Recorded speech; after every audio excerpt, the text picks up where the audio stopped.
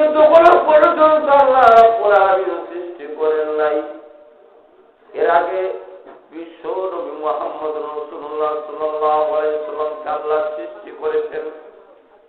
আদম আলাইহিস সালাম বলেন, আল্লাহ নবী বিশ্ব নবী রহমতুল আলামিন এই দুনিয়াতে আসার আগে আল্লাহ যখন আমাদের নবী রূহ আল্লাহ সৃষ্টি করেছেন, এই রূহের জগতের মধ্যে আল্লাহ নবী বিশ্ব নবী রহমতুল আলামিন আল্লাহ এত প্রশংসা করেছেন, একবার দুইবার নয়, এক মাস দুই মাস নয়, 12,000 বছর মহান আল্লাহর প্রশংসা করেছে।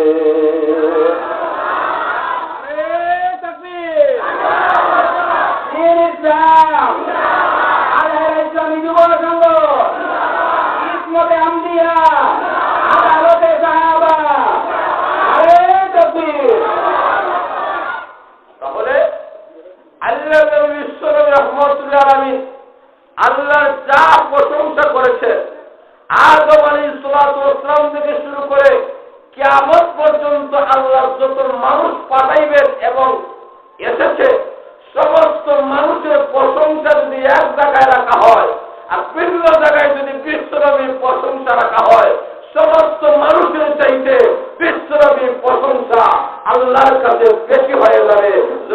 সুবহানাল্লাহ। এই কারণে আমাদের নবীর নাম হলো আহমদ, যিনি আল্লাহর বেশি প্রশংসা করেছেন। এই নবী বিশ্বনবী রহমতুল আলামিনকে আল্লাহ আদর্শ মডেল বানাইয়েছেন।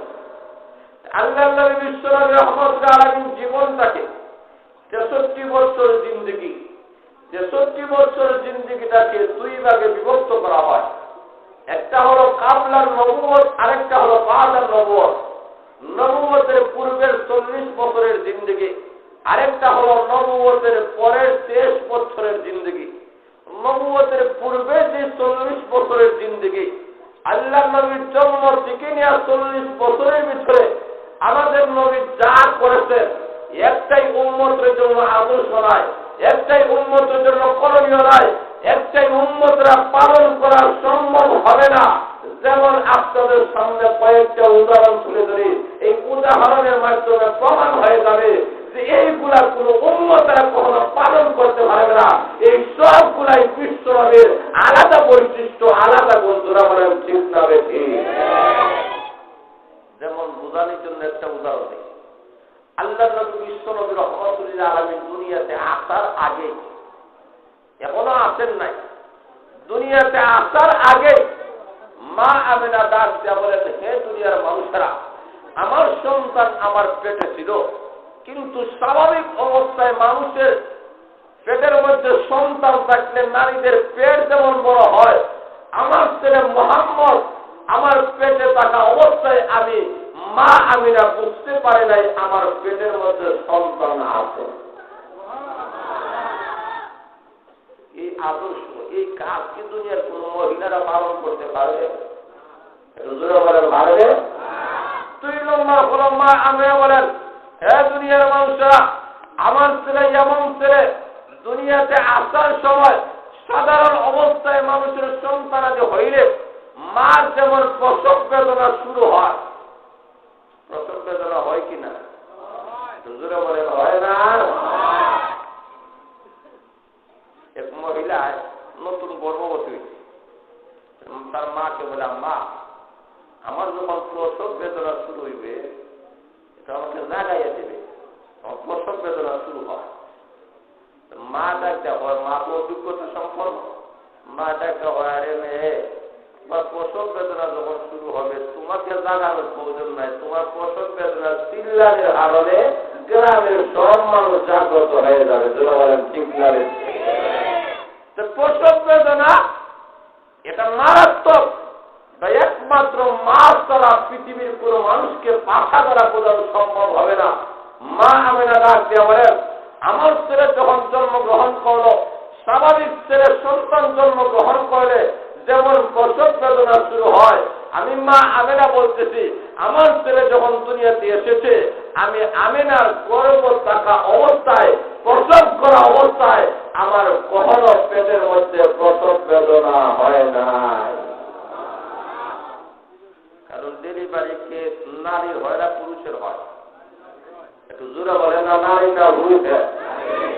কিন্তু আমাদের সমাজে অনেক লোকের মনে আছে চেয়ারম্যান হয়ে গেছে, কিন্তু ডেলিভারি কেস নারীর হয় না পুরুষের হয় হইতে পারে না। জোরে বলে না, আছে কি নাই? এক এলাকায় চেয়ারম্যান মেম্বার জনগণ মিলে একটা মিটিং চলতেছে, মেম্বার সাহেব আসতে লেট হয়ে গেছে। চেয়ারম্যান সাহেব জিজ্ঞেস করে মেম্বার সাহেব আসতে লেট হইল কেন? মেম্বার মনে কষ্ট নেবেন না চেয়ারম্যান সাহেব, আসতে লেট হওয়ার কারণ আমার বাড়িতে আমার স্ত্রী ডেলিভারি কেস আসতে লেট হয়ে গেছে। চেয়ারম্যান সাহেব ভাই এই কথা বই আমার মনের দুঃখ তুলল না, পুরানা দুঃখ তুলল না। কেন?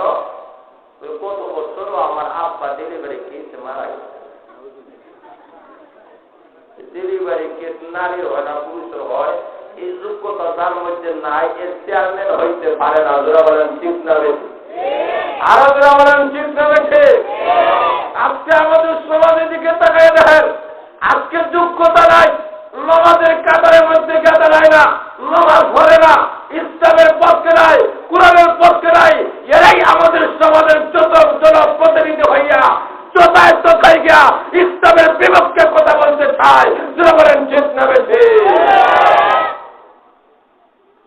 একদম গোড়াটুম সাদে ওইগুলো শিখছে, ধর্ম সম্পর্কে কোনো জ্ঞান নাই, কিন্তু ধর্মীয় বিধান নিয়ে কটাক্ষ করে এমন লোক আছে কি নাই? এটা যারা বলেন আছে কি নাই? যারা ইসলামের বিপক্ষে দাঁড়ায়, যারা কোরআনের বিধানকে নিয়ে কটাক্ষ করতে চায়, এদের ইসলাম বাংলার জমিনে হইতে পারে না। যারা বলেন ঠিক না বেশি।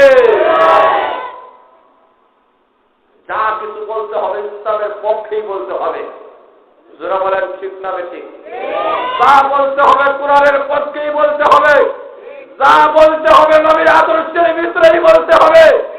কোন ইসলামের বিপক্ষে, কোরআনের বিপক্ষে, নবীর আদর্শ নিয়ে যারা কটাক্ষ করতে চায়, নাস্তিক মোর্চাতে খায়, বাংলার জমিনে হইতে পারে না। যারা বলেন ঠিক না বেশি। তখন ডেলিভারি কেস নারীর হয়, তখন মা আমেনা বলেন এই যোগ্যতা আল্লাহ আমাকে দিয়েছেন, আমার ডেলিভারির প্রসব বেদনা শুরু হয় নাই, এমন অবস্থায় আমার সন্তান দুনিয়াতে এসেছে।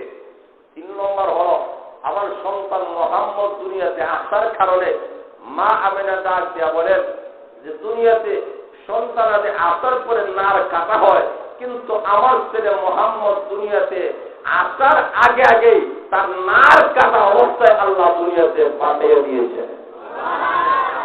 3 নম্বর হল দুনিয়াতে স্বাভাবিক সন্তান আসার পরে মুসলমানি কাম করানো হয়, মুসলমানি খতনা করা হয়, কিন্তু মা আমেনা ডাক দিয়া বলেন আমার ছেলে মুহাম্মদ দুনিয়াতে খতনাকৃত অবস্থায় এসেছে। মা আমেনা ডাক দিয়া বলেন এমন একটা সন্তান মুহাম্মদ আল্লাহর নবী বিশ্বনবী রাহমাতুল্লাহ আলাইহি দুনিয়াতে আসার কারণে আসার সাথে সাথে ওই কাবা শরীফের ভিতরে 360টা দেবতা ছিল। বিশ্বনবী আসার কারণে 360 দেবতা, কোন দেবতা বললাম পাঠিয়া